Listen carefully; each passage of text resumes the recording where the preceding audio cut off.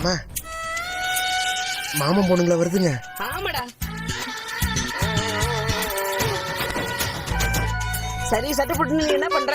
கரும்பு, மண்பானை, அரிசி, பழம், ஸ்வீட்டு, பலகாரம் இதெல்லாம் சீக்கிரமா வாங்கிட்டு போ.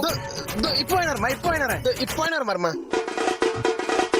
அண்ணா 2 கரும்பு கொடுங்க. இங்க இருக்கிற எல்லா பழமும் 2 கிலோ கொடுங்க. ஏன்னா வீட்டுக்கு 2 பேர் வராங்க. இந்தாக்கா. ஓகே அக்கா பானை எவ்வளோ?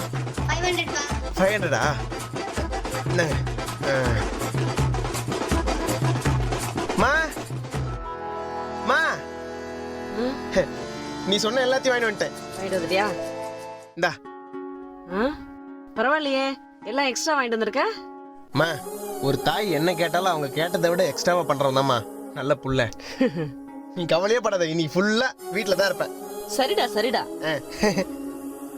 அம்மா அம்மா இந்த மாமா பொண்ணுங்க வராங்கன்னு சொல்லியிருந்தியே. ஆமா.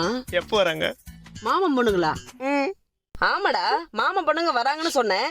ஆனா இங்க வராங்கன்னு சொல்லலையே.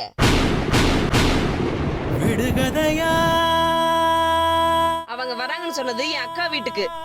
அக்கா வீட்டுக்கா? மண்பானை இருக்கு, ஸ்வீட் இருக்கு, ஆப்பிள், ஆரஞ்சு, திராட்சை, மாதுளை, வாழைப்பழம், பொங்கலுக்கு தேவையான பொருள் எல்லாம் கரெக்டா இருக்கு. இப்ப நீ எங்க வேணா போய் ஊர் சுத்திக்கோ. விடை தருமா 2 கரும்பு கொடுங்க. யாரோ இங்க இருக்கிற எல்லா பழமும் 2 கிலோ கொடுங்க. ஏன்னா வீட்டுக்கு 2 பேர் வராங்க. எனது கை என்னை அடிப்பதுவோ எனது விரல். அப்புறம் மத்தியானம் சாப்பாடு இப்படிலாம் வீட்டுக்கு வந்துடாத. ஊர்ல இருந்து உங்க சித்தி சித்தப்பாலாம் வராங்க. சாப்பாடு அவங்களுக்கே கரெக்டா இருக்கும். நீ வெளியே சாப்பிட்டுக்க. ஓ, வெளியே சாப்பிட்டுக்கிறதா? ஏன் என்று கேட்கவும் நாதி இல்லை.